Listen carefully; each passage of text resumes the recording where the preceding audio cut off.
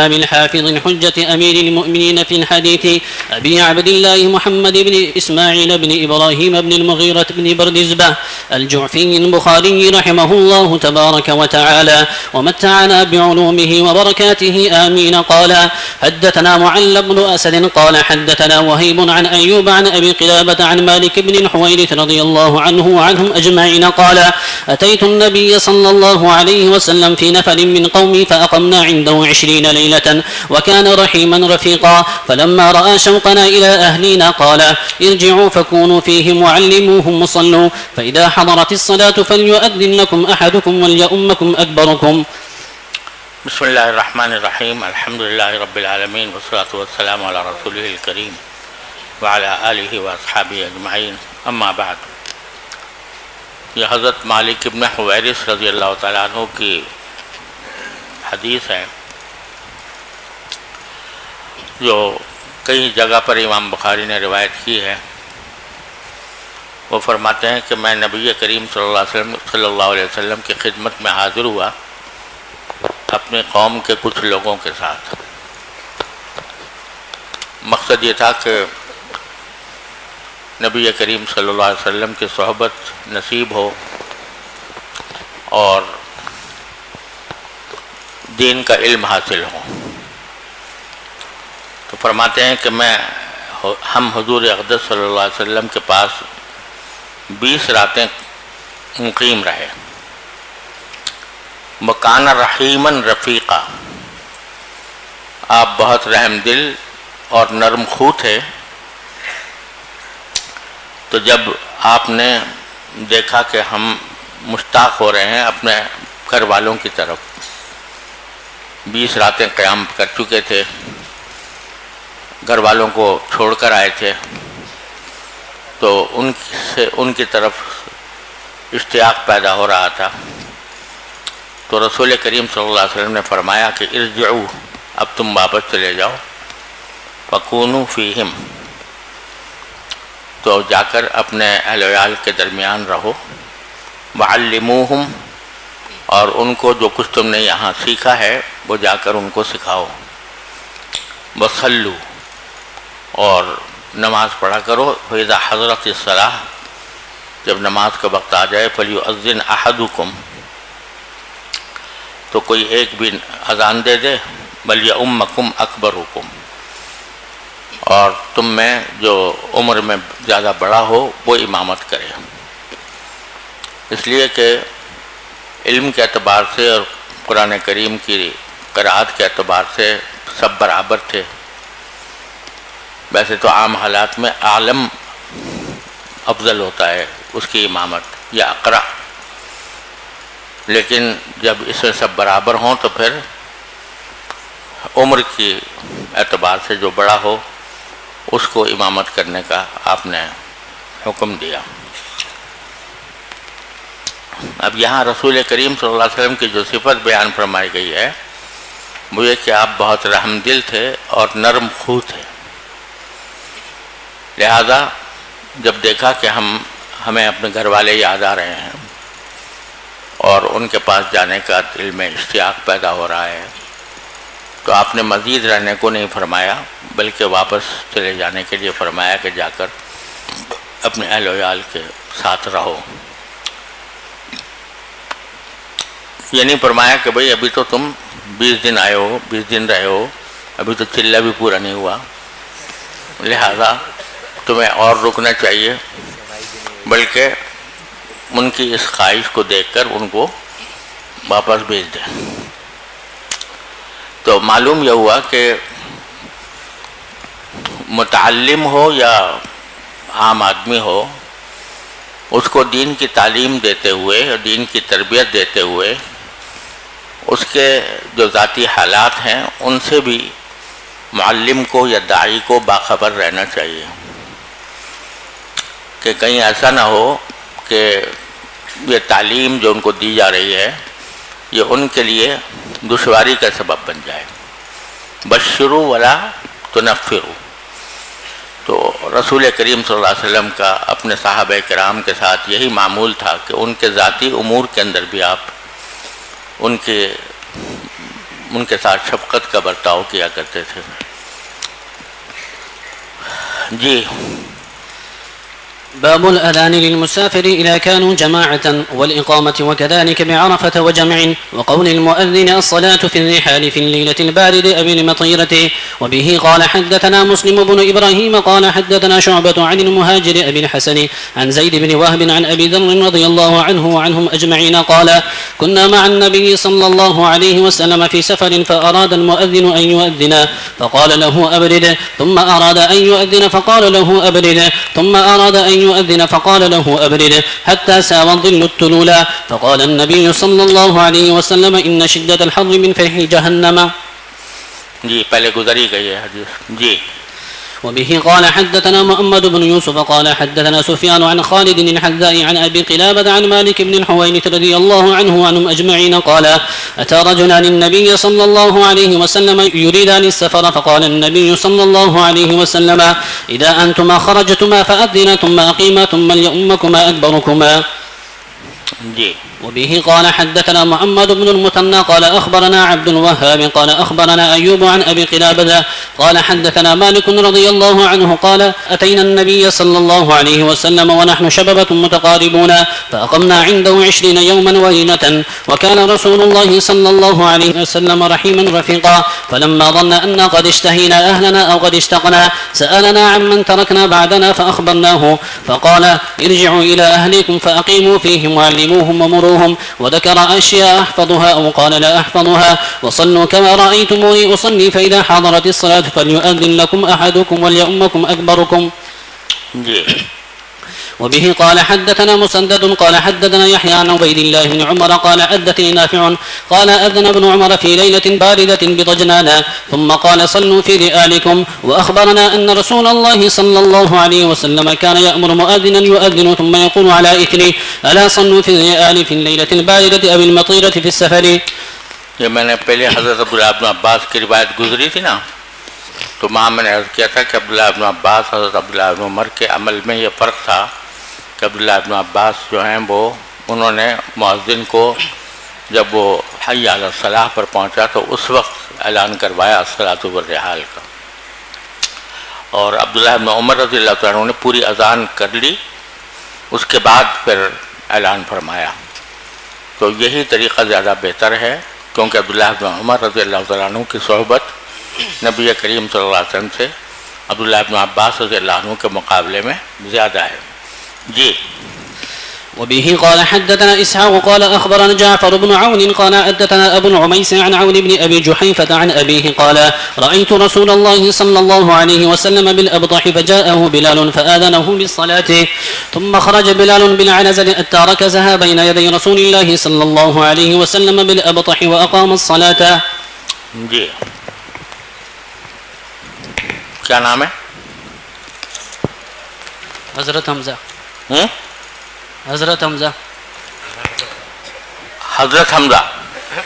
بسم الله الرحمن الرحيم. باب هل يتتبع المؤذن فاه ها هنا وها هنا وهل يلتفت في الآذان. ويذكر عن بلال رضي الله عنه أنه جعل إصبعيه في أذنيه وكان ابن عمر رضي الله عنه لا يجعل إصبعيه في أذنيه وقال إبراهيم لا بأس أن يؤذن على غير وضوء وقال عطاء الوضوء حق وسنة وقالت عائشة رضي الله عنها كان النبي صلى الله عليه وآله وسلم يذكر الله على كل أحيانه. یہ مسئلہ بیان کیا ہے کہ ابراہیم نخعی فرماتے ہیں کہ اذان دینے والا اگر بغیر وضو کے ہو تب بھی اذان دے سکتا ہے، اور حضرت عطا نے فرمایا کہ وضو حق ہے اور سنت ہے. حنفیہ کا بھی یہی قول ہے کہ اذان بغیر وضو کے اگر دی جائے تو ہو جائے گی، اگرچہ وضو کرنا سنت ہے. اور حضرت عائشہ صدیقہ رضی اللہ تعالیٰ عنہ کا قول نقل کیا ہے کہ کان النبی صلی اللہ علیہ وسلم یذکر اللہ علی کل احیانہ، آپ اپنے تمام اوقات میں اللہ تعالیٰ کا ذکر کرتے رہتے تھے. تو کل احیانہ کے عموم سے انہوں نے وہ حالت بھی اس میں داخل کی کہ جب آدمی حالت حدث میں ہو، تو جب حالت حدث میں ذکر اللہ جائز ہے تو پھر اذان بھی جائز ہے. یہ مقصد ہے حضرت امام بخاری رحمۃ اللہ علیہ کا. اور اسی وجہ سے امام مالک رحمۃ اللہ علیہ فرماتے ہیں کہ غسل خانے کے اندر بھی اگر کوئی ذکر کرنا چاہے، تلاوت کرنا چاہے تو کر سکتا ہے. لیکن دوسرے حضرات یہ کہتے ہیں کہ جہاں نجاست کی جگہ ہو یا مائع مستعمل کی کثرت ہو، وہاں پر تلاوت یا ذکر کرنا درست نہیں ہے.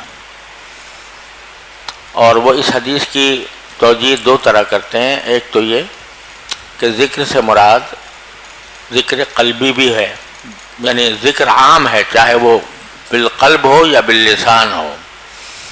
تو جہاں موقع ہوتا تھا تو باللسان فرماتے تھے، جہاں نہیں ہوتا تھا تو بالقلب فرماتے تھے. اور حضرت شاہ ولی اللہ صاحب رحمۃ اللہ علیہ کی طرف منسوب ہے کہ وہ یہ فرماتے تھے کہ کانت یذکر اللہ علی کل احیانہ سے مراد احیان متواردہ ہیں.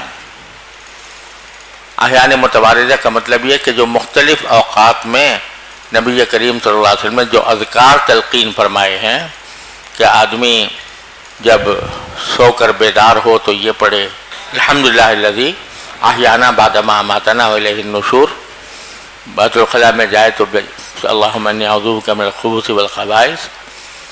مسجد میں داخل ہو تو اللہم افتح لی ابواب رحمتک. جو مختلف مقامات، مختلف اوقات میں جو دعائیں یا جو اذکار نبی کریم صلی اللہ علیہ وسلم نے تعلیم فرمائے ہیں وہ مراد ہے علی کل احیان سے، یعنی احیان متواردہ جن کو کہا جاتا ہے. بہرحال اس پر استدلال درست نہیں ہے کہ جہاں نجاست کی جگہ ہو وہاں پر بھی آدمی زبان سے ذکر کرے، دل سے بے شک کر سکتا ہے. جی.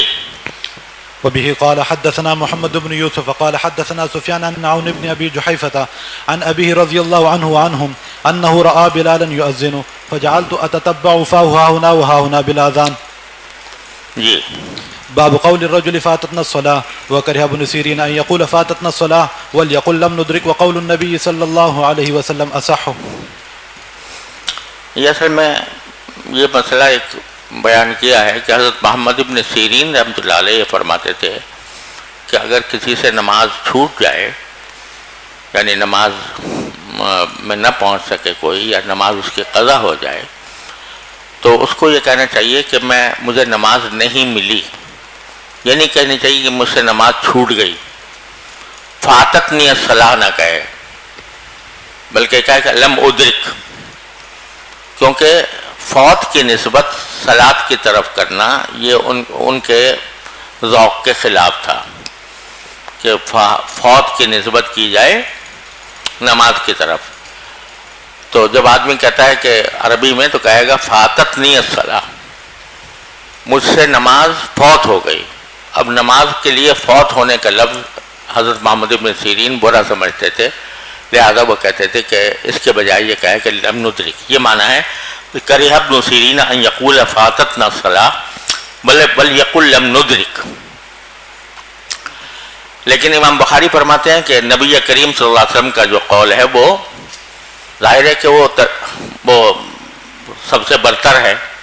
اصح کہہ دیا انہوں نے یہاں پر، لیکن اصل میں تو یہ کہ سب سے اعلیٰ اور برتر ہے نبی کریم صلی اللہ علیہ وسلم کا ارشاد. کیونکہ جب آپ نے خود فرمایا، ابو قتادہ رضی اللہ تعالیٰ عنہ روایت کرتے ہیں کہ جب ہم نبی کریم صلی اللہ علیہ وسلم کے ساتھ نماز پڑھ رہے تھے تو اس سمع جلبۃ رجال، آپ نے کچھ لوگوں کا شور سنا.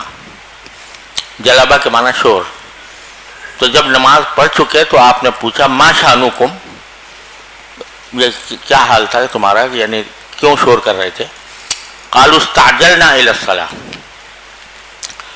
تو صحابہ کرام نے عرض کیا کہ ہم ذرا نماز کے لیے جلدی جلدی آ رہے تھے تو اس میں کچھ شور ہو گیا. قال فلا تفعلوا اذا اتیتم الصلاۃ فعلیکم السکینہ، نماز کے لیے آؤ تو سکون وقار کے ساتھ آؤ. فما ادرکتم فصلوا وما فاتکم فاتموا، جو حصہ نماز کا مل جائے وہ تو پڑھ لو اور جو فوت ہو جائے اس کو پورا کر لو مسبوق کے طور پر. تو یہاں خود رسول کریم صلی اللہ علیہ وسلم نے فاتح کا لفظ استعمال فرمایا، لہذا جب حضور اقدس صلی اللہ علیہ وسلم استعمال فرما رہے ہیں تو دوسروں کے لیے بھی استعمال کرنے میں کوئی حرج نہیں ہے. یہ تردید کر رہے ہیں محمد ابن سیرین رحمۃ اللہ علیہ کی. لیکن در حقیقت بات یہ ہے کہ یہ کوئی جائز و ناجائز یا حلال و حرام کا مسئلہ نہیں ہے، بلکہ یہ ایک مزاج کا مسئلہ ہے کہ مزاج کے طور پر بعض چیزیں جو ہیں کسی کے مزاج پر گراں ہوتی ہیں. تو محمد ابن سیرین زیادہ ادب کا لحاظ رکھتے ہوئے وہ کہتے ہیں بھائی فاتح نہ کہو بلکہ یہ کہہ دو کہ لم ندرک. تو اس کا تعلق جو ہے وہ در حقیقت ذوق سے ہے، حکم شرعی سے نہیں ہے. ان کو یہ بات گراں گزرتی تھی کہ وہ یہ کہیں. اسی طرح جیسے ہمارے حضرت والا حضرت عارفی قدس اللہ تعالیٰ سے رہو، وہ کہتے تھے جب کسی کو کہیں کوئی آتا ہے کہ بھئی چلو میں تمہیں چھوڑ آتا ہوں،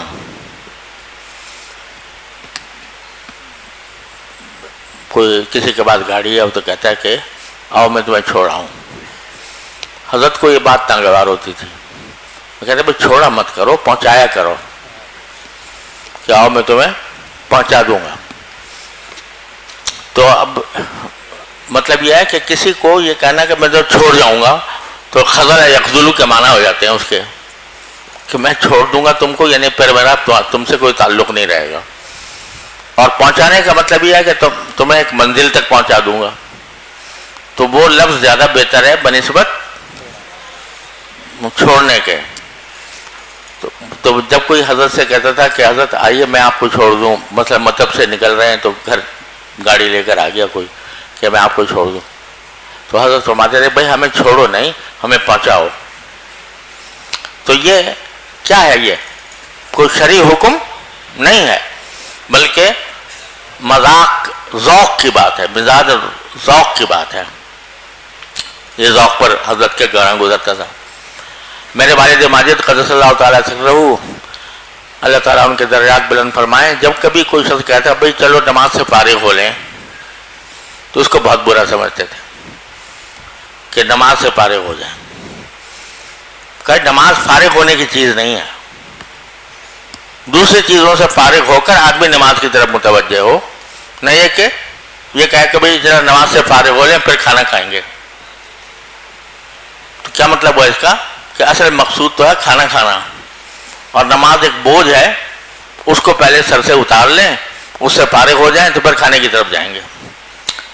تو یہ حکم شرعی نہیں ہے بلکہ یہ ایک مزاج و مذاق کی بات ہے کہ بعض لوگوں کو کسی مزاج کسی لفظ ان کے ذوق پر گراں گزرتا ہے تو وہ دوسرے لفظ تجویز کر دیتے ہیں. ایسا ہی یہاں پر بھی ہے کہ محمد ابن سیرین رحمۃ اللہ علیہ بھائی رسول کریم صلی اللہ علیہ وسلم نے استعمال کیا، بے شک استعمال کیا، لیکن میں اور آپ کس شمار قطار میں ہیں کہ ہم یہ کہیں کہ نماز فوت ہو گئی. یہ مقصد تھا محمد ابن سیرین رحمۃ اللہ علیہ کا. جی باب ما ادرکتم فصلوا وما فاتکم فاتموا. قال ابو قتادة رضی اللہ عنہ عن النبی صلی اللہ علیہ وسلم وبه قال حدثنا آدم قال حدثنا ابن أبي ذئب قال حدثنا الزهري عن سعيد بن المسيب عن أبي هريرة رضي الله عنه عن النبي صلى الله عليه وسلم وعن الزهري عن أبي سلمة عن أبي هريرة رضي الله عنه عن النبي صلى الله عليه وسلم قال إذا سمعتم الإقامة فامشوا إلى الصلاة وعليكم السكينة والوقار ولا تسرعوا فما أدركتم فصلوا وما فاتكم فاتموا. جی باب متى يقوم الناس إذا رأوا الإمام عند الإقامة. وبه قال حدثنا مسلم بن إبراهيم قال حدثنا هشام قال كتب إلي يحيى عن عبد الله بن أبي قتادة عن أبيه رضي الله عنه وعنهم قال قال رسول الله صلى الله عليه وسلم إذا أقيمت الصلاة فلا تقوموا حتى تروني. یہ فرمایا کہ جب نماز کی اقامت ہو جائے تو اس وقت تک کھڑے نہ ہو جب تک کہ مجھے دیکھنا لو کہ میں نکل آیا ہوں. پہلے سے کھڑے ہونا امام کے سامنے آنے سے پہلے، اس کو آپ نے پسند نہیں فرمایا. تو صحیح مسنون طریقہ یہی ہے کہ آدمی اس وقت کھڑا ہو جب امام آ چکا ہو. اب یہ جو مسئلہ کھڑا ہوا ہے کہ جب امام آ جائے اور اقامت ہو رہی ہو تو اس وقت کس وقت کھڑا ہونا چاہیے؟ تو ہماری فقہ کی کتابوں میں لکھا ہے کہ یقوم عند حی علی الفلاح. نور الہدیٰ میں آپ نے پڑھا ہوگا کہ جب حی علی الفلاح کہے مؤذن یا مقیم تو اس وقت آدمی کھڑا ہو. اس کا مطلب یہ نہیں کہ پہلے سے بیٹھنے کا اہتمام کرے اور پھر حی علی الفلاح کے اوپر کھڑا ہو جائے. تو بعض لوگوں نے اس کا مطلب یہ سمجھا کہ حی علی الفلاح سے پہلے کھڑا ہونا مکروہ ہے، لہذا بعض حضرات جو ہیں وہ باقاعدہ اہتمام کر کے بیٹھے رہتے ہیں. اگر کھڑے بھی ہیں پہلے سے تو بیٹھ جاتے ہیں امام تکبیر کی شروع میں، اور جب حی علی الفلاح کہتے ہیں تو گد گد کر کے سب کھڑے ہو جاتے ہیں. یہ مقصود نہیں ہے اس کا. مقصود یہ ہے کہ حی علی الفلاح جب کہے مؤذن تو اس وقت کوئی بیٹھا نہ رہے، اس وقت سب کھڑے ہوئے ہوں. یہ مطلب نہیں ہے کہ پہلے سے آدمی کا بیٹھنا ضروری ہے، بلکہ مطلب یہ ہے کہ حی علی الفلاح کے اوپر سب کا کھڑا ہو جانا ضروری ہے. جی بسم اللہ الرحمن الرحیم. باب لا يقوم إلى الصلاة مستعجلا وليقوم إليها بالسكينة والوقار. وبه قال حدثنا أبو نعيم قال حدثنا شيبان عن يحيى عن عبد الله بن أبي قتادة عن أبيه رضي الله عنه وعنهم قال قال رسول الله صلى الله عليه وسلم إذا أقيمت الصلاة فلا تقوموا حتى تروني وعليكم السكينة. تابعه علي بن المبارك. باب هل يخرج من المسجد لعلة. وبه قال حدثنا عبد العزيز بن عبد الله قال حدثنا إبراهيم بن سعد عن صالح بن كيسان عن ابن شهاب عن أبي سلمة عن أبي هريرة رضي الله عنه وعنهم أن رسول الله صلى الله عليه وسلم خرج وقد أقيمت الصلاة وعدلت الصفوف حتى إذا قام في المصلى انتظرنا أن يكبر انصرف قال على مكانكم فمكثنا على هيئتنا حتى خرج إلينا ينتف رأسه ماء وقد اغتسل. مسجد سے کسی ضرورت کے تحت نکل جانا اذان و اقامت کے بعد، یہ مقصد ہے. تو اس میں واقعہ نقل کیا ہے کہ رسول کریم صلی اللہ علیہ وسلم تشریف لائے، نماز کھڑی ہو گئی، صفیں برابر کر لی گئیں، یہاں تک کہ جب آپ اپنے مصلی میں تشریف لے گئے تو ہم نے انتظار کیا کہ آپ تکبیر فرمائیں گے نماز شروع کرنے کے لیے، تو اس وقت آپ واپس چلے گئے اور یہ فرما کر گئے کہ اعلیٰ مکانکم، تم اپنی جگہوں پر رہو. چنانچہ ہم اسی طرح ٹھہرے رہے یہاں تک کہ تھوڑی دیر کے بعد آپ تشریف لائے تو ینطف راسہ ماء، تو آپ کا سر اقدس سے پانی ٹپک رہا تھا. وقد اغتسل. دوسری روایات میں یہ صراحت بھی آئی ہے کہ آپ نے جب لوگوں سے کہا کہ تم اپنی جگہ پر کھڑے رہو تو یہ فرمایا کہ مجھے یاد نہیں رہا، میں حالت جنابت میں ہوں، لہذا آپ گئے اور جا کر وضو کر کے وہ غسل کر کے واپس تشریف لائے. تو اس سے امام بخاری یہ استدلال فرما رہے ہیں کہ اگر کوئی ایسی ضرورت پیش آ جائے تو باوجود کہ اقامت ہو چکی ہو تو اس کے باوجود آدمی اس ضرورت کے تحت باہر جا سکتا ہے. جی باب اذا قال الامام مكانكم حتى يرجع انتظروه. وبه قال حدثنا إسحاق قال أخبرنا محمد بن يوسف قال حدثنا الأوزاعي عن الزهري عن أبي سلمة بن عبد الرحمن عن أبي هريرة رضي الله عنه وعنهم قال أقيمت الصلاة فسوى الناس صفوفهم فخرج رسول الله صلى الله عليه وسلم فتقدم وهو جنب ثم قال على مكانكم فرجع فاغتسل ثم خرج ورأسه يقطر ماء فصلى بهم. جی باب قول الرجل ما صلينا. وبه قال حدثنا أبو نعيم قال حدثنا شيبان عن يحيى قال سمعت أبا سلمة يقول أخبرنا جابر بن عبد الله أن النبي صلى الله عليه وسلم جاءه عمر بن الخطاب يوم الخندق فقال يا رسول الله والله ما كدت أن أصلي حتى كادت الشمس تغرب وذلك بعدما أفطر الصائم. فقال النبي صلى الله عليه وسلم والله ما صليتها. فنزل النبي صلى الله عليه وسلم إلى بطحان وأنا معه فتوضأ ثم صلى العصر بعدما غربت الشمس ثم صلى بعدها المغرب. یہ دوسری وہی بات مزاج والی بتا رہے ہیں کہ بعض لوگ یہ کہتے ہیں کہ اگر کسی شخص نے ابھی نماز نہیں پڑھی اور کوئی پوچھے کہ بھائی تم نے نماز پڑھی ہے کہ نہیں تو یہ نہ کہے کہ میں نے نہیں پڑھی، بلکہ یہ کہے کہ مجھے پڑھنی ہے. دونوں صورتیں ہیں نا، ہو سکتی ہیں نا. کسی نے کہا بھائی نماز پڑھی ہے کہ نہیں پڑھی، تو جواب میں وہ کہے جی نہیں میں نے نہیں پڑھی. اس کے بجائے کیا کہے کہ مجھے پڑھنی ہے ابھی. تو یہ وہی مزاج کی بات ہے کہ یہ نفی کرنا کہ میں نے نہیں پڑھی یہ ذرا ناگوار بات ہے. اس کے بجائے ایسا لفظ استعمال کرے کہ جس سے نماز کی ذرا توقیر ہو، اس کی اہمیت ہو کہ بھائی مجھے ابھی پڑھنی ہے. مطلب یہ کہ اگرچہ ابھی تک نہیں پڑھی لیکن میرا پڑھنے کا ارادہ ہے. تو اب یہ بتا رہے ہیں کہ امام بخاری یہاں پر کہ اگر کوئی شخص صاف صاف ہی کہہ دے کہ میں نے نہیں پڑھی تو اس میں بھی کوئی حرج نہیں ہے. چنانچہ خندق کا واقعہ ذکر کرتے ہیں کہ حضرت عمر ابن خطاب رضی اللہ تعالیٰ نے فرمایا کہ ما کدت ان اصلی حتی کادت الشمس تغرب، میں نماز نہیں پڑھ سکا یہاں تک کہ سورج غروب ہونے لگا، قریب ہو گیا. ذالک بعد ما افطر الصائم فقال النبی صلی اللہ علیہ وسلم واللہ ما صلیتها. تو آپ نے بھی فرمایا کہ میں نے بھی نہیں پڑھی. پھر آپ بطحان وادی میں اترے اور حضرت جابر کہتے ہیں میں بھی ساتھ تھا، تو آپ نے وہاں پر وضو فرمایا اور عصر کی نماز پڑھی جبکہ سورج غروب ہو چکا تھا. اس کے بعد مغرب پڑھی. پہلے گزر گئی ہے حدیث. جی سر جی، یہ اقامت کے بعد رسول علیہ صلی اللہ علیہ وسلم اندر چلے گئے غسل کرنے کے لیے، تو کتنا فاصلہ ہونا چاہیے نماز اور اقامت کے درمیان؟ اگر اس طرح کی ضرورت پیش آئے تو اقامت دوبارہ لٹانی ہوگی یا وہی اقامت سے نماز پڑھی جائے گی؟ بس یہ کوئی متعین تو نہیں ہے کہ بھئی اتنی دیر ہو، لیکن اگر زیادہ، یہ فقہا نے فرمایا کہ اگر فاصلہ تھوڑا سا ہے، فصل زیادہ نہیں ہے، پھر تو وہی اقامت کافی ہو جائے گی. لیکن اگر فصل زیادہ ہے تو پھر اقامت دہرانی چاہیے. اور فصل زیادہ ہونے کی جو تفصیل فقہاء کرام نے لکھی ہے وہ اس طرح کی ہے کہ مثلا وضو ہو، وہ اقامت ہو گئی اور اس کے بعد جناب باقاعدہ دسترخوان بچھا اور کھانا کھایا،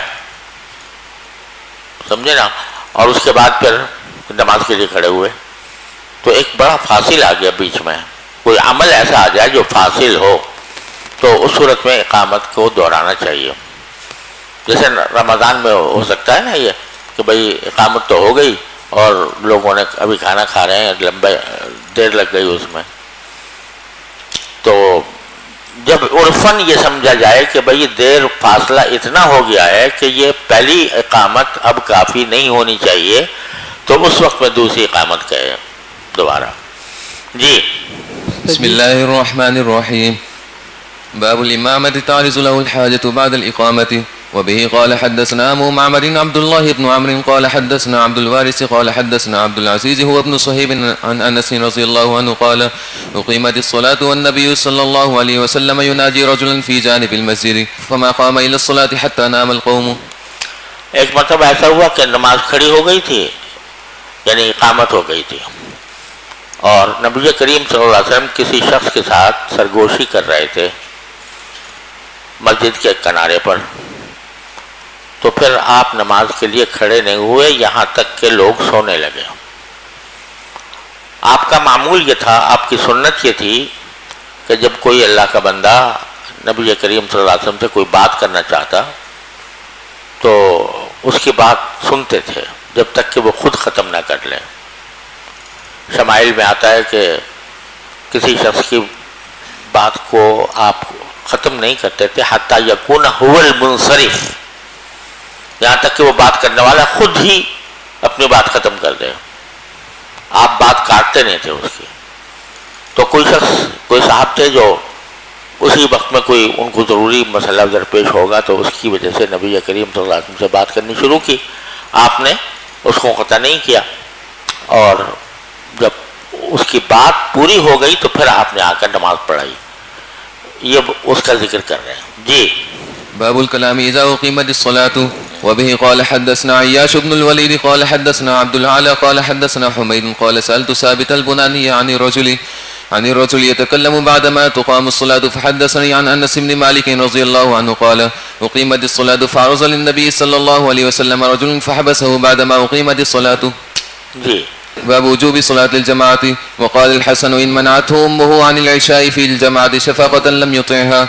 وبه قال حدثنا عبد الله یہ بن يوسف. فرما رہے ہیں حضرت حسن بصری کہ اگر کوئی شخص کسی کی ماں جو ہے اس کو عشاء کی جماعت سے روکے کہ بھئی بیٹا اندھیرا ہے اور مسجد جاؤ گے تو کہیں ٹھوکر نہ لگ جائے، پریشانی نہ ہو جائے، تو پھر وہ اس کی بات نہ مانے، شفقت کی وجہ سے اگر وہ کہہ رہی ہے. لیکن اگر والدہ کو ضرورت ہے، بیمار ہے مثلا، اور وہ کہتی ہے کہ بیٹا تم مجھے چھوڑ کے نہ جاؤ میری اس بیماری کی حالت میں، مجھے تمہاری ضرورت ہے، تو پھر اس صورت میں یہ ترک جماعت کا عذر ہوتا ہے. جی.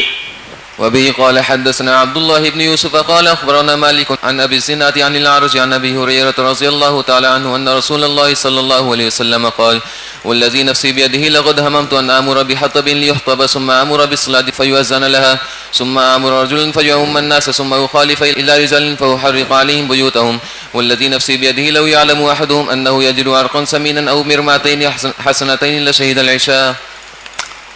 یہ حدیث پہلے بھی آپ نے پڑھی ہوگی.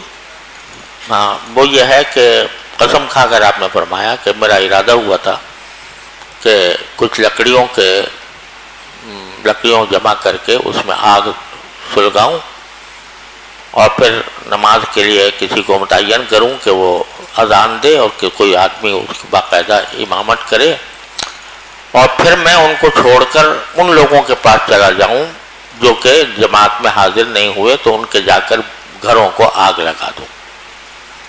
اور پھر آپ نے فرمایا کہ قسم کھا کر والذی نفسی بیدہ لو یعلم احدهم انہ یجد عرقا سمینا او مرماتین حسنتین، اگر کسی کو پتہ چلے کہ بھئی عشاء کے بعد فلاں جگہ جاؤں گا تو مجھے ایک ہڈی دار گوشت مل جائے گا، موٹا تازہ، وہ گوشت کے عرق کہتے ہیں اس ہڈی کو جس کے ساتھ گوشت چڑھا ہوا ہو، تو موٹی سی ہڈی مل جائے گی، تو یا مرماتین یا 2 بکری کے پائے مل جائیں گے اچھے سے، تو وہ عشاء میں آئے ضرور. یعنی اس کو پتہ ہو اگر کہ عشاء کی نماز میں جاؤں گا تو وہاں پر جو ہے وہ چاپ ملیں گے بکری کے، سمجھے نا، ارقن سمینن، اور پائے ملیں گے بکری کے، تو وہ ضرور آئے عشاء میں. مطلب یہ کہ ذرا سی بھی کوئی دنیاوی لذت یا دنیاوی مفاد کسی کو حاصل ہوتا ہو تو وہ اس کو تھوڑی دیر جاگ کر اور عشاء تک جاگتے رہنا یہ کوئی برا نہیں لگے گا. لیکن عشاء کی نماز کے لیے آنا جو ہے یہ بھاری ہوتا ہے لوگوں کے لیے. یہ اس وقت کی بات ہے جب بجلی نہیں تھی، روشنیاں نہیں تھیں، تو وہ اس وقت میں عشاء کے وقت تک لوگوں کا انتظار کرنا مشکل ہوتا تھا اور فوراً سونا چاہتے تھے. تو آپ فرما رہے ہیں کہ اگر لوگ دنیاوی منافع کی خاطر اپنی نیند کو قربان کر کے پہنچ سکتے ہیں تو پھر نماز کے لیے بھی پہنچنا چاہیے. جی. باب فضل صلاة الجماعة. وكان الأسود إذا فاتته الجماعة ذهب إلى مسجد آخر وجاء أنس بن مالك رضي الله عنه إلى مسجد قد صلي فيه فأذن وقام وصلى جماعة. اسود ابن یزید نقعی رحمۃ اللہ علیہ جو اجلۂ تابعین میں سے ہیں، عبداللہ بن مسعود کے خاص شاگرد ہیں، وہ کہتے وہ ان کی اگر ایک مسجد میں جماعت نکل جاتی تو وہ دوسری مسجد میں جا کے نماز پڑھتے تھے. ایک تو مسئلہ یہ بیان کر لیا، اس سے پتہ چلا کہ اگر ایک مسجد میں اپنی مسجد جس میں عام طور سے آدمی نماز پڑھا کرتا ہے وہاں نماز ختم ہو گئی تو دوسری مسجد جا کر پڑھ لینا چاہیے.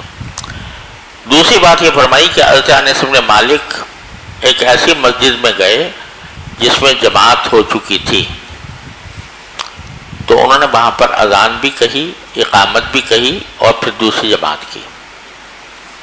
اس سے وہ حضرات استدلال کرتے ہیں جو جماعت ثانیہ کو جائز سمجھتے ہیں کہ حضرت انس نے باقاعدہ اذان و اقامت کے ساتھ وہاں پر دوسری جماعت کی.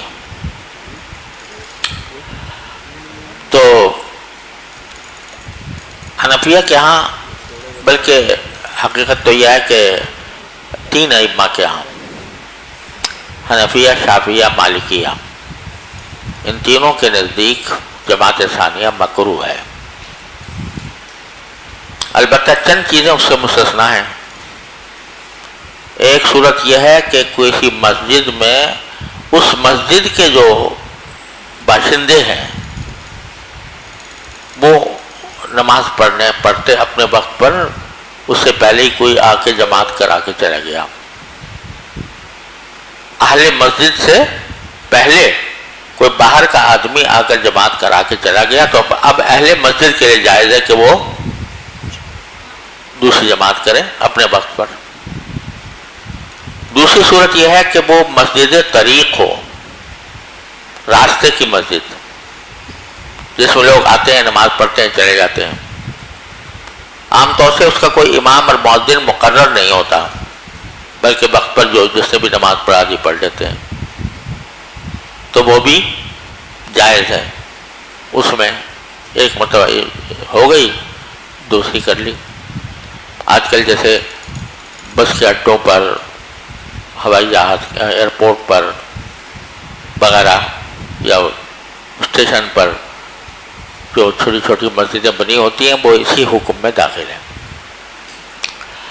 تیسری بات یہ ہے کہ جماعت ثانیہ اس وقت مکروہ ہے جبکہ تداعی ہو.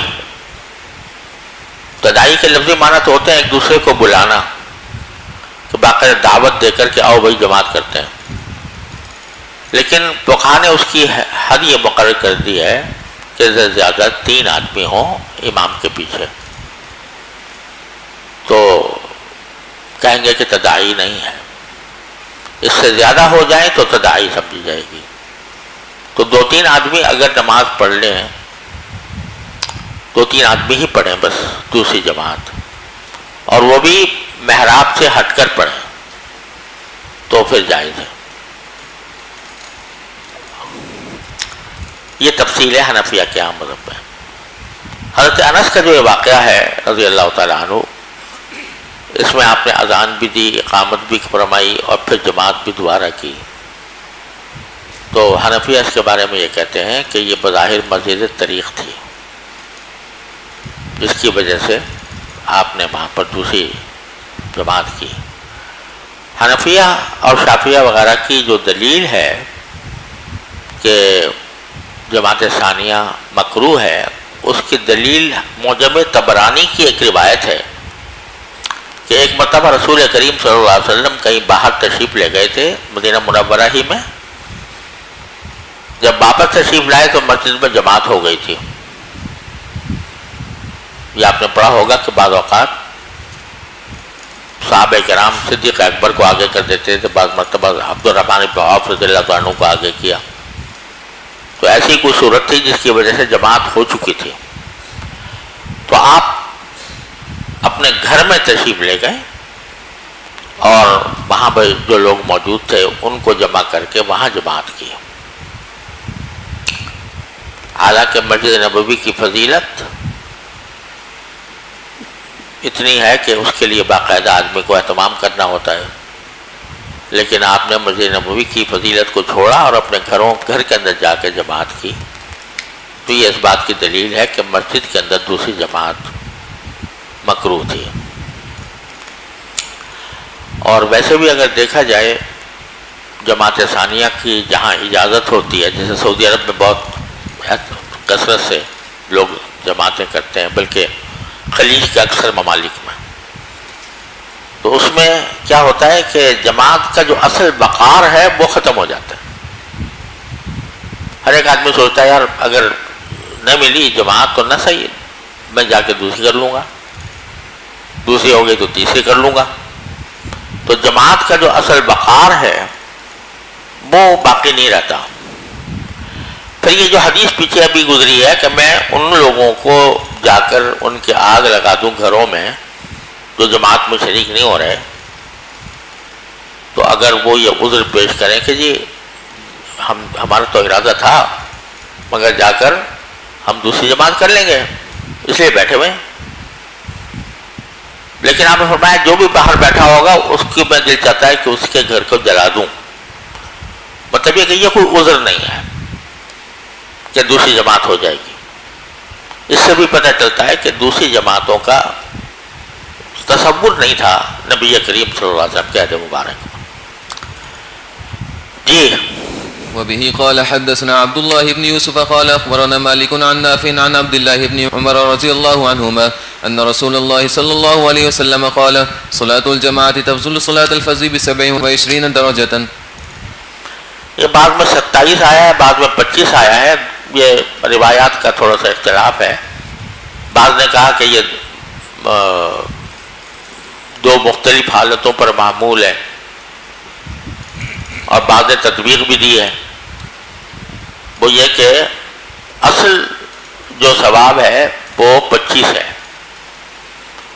لیکن دو جو ہیں وہ امام اور مقتدی دو سے جماعت ہوتی ہے نا، تو اس میں 25 میں صرف فضیلت بیان ہوئی ہے اور اصل کو الگ رکھ دیا گیا ہے، اور 27 میں اصل اور فضیلت دونوں کو جمع کر دیا گیا.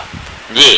وبه قال حدثنا عبد الله بن يوسف قال حدثني الليث قال حدثني يزيد بن الهادي عن عبد الله بن خباب عن ابي سعيد رضي الله عنه انه سمع النبي صلى الله عليه وسلم يقول صلاة الجماعة تفضل صلاة الفجر ب25 درجة. جی. وبه قال حدثنا موسى بن اسماعيل قال حدثنا عبد الواحد قال حدثنا الأعمش قال سمعت ابا صالح يقول سمعت ابا هريرة رضي الله عنه يقول قال رسول الله صلى الله عليه وسلم صلاة الرجل في الجماعة تضاعف على صلاته في بيته وفي سوقه 25 ضعفا، وذلك أنه إذا توضأ فأحسن الوضوء ثم خرج إلى المسجد لا يخرج إلا الصلاة لم يخطو خطوة إلا رفعت له بها درجة وحط عنه بها خطيئة، فإذا صلى لم تزل الملائكة تصلي عليه ما دام في مصلاه اللهم صل عليه اللهم ارحمه ولا يزال أحدكم في صلاة من انتظر الصلاة. وصلى الله تعالى على خير خلقه.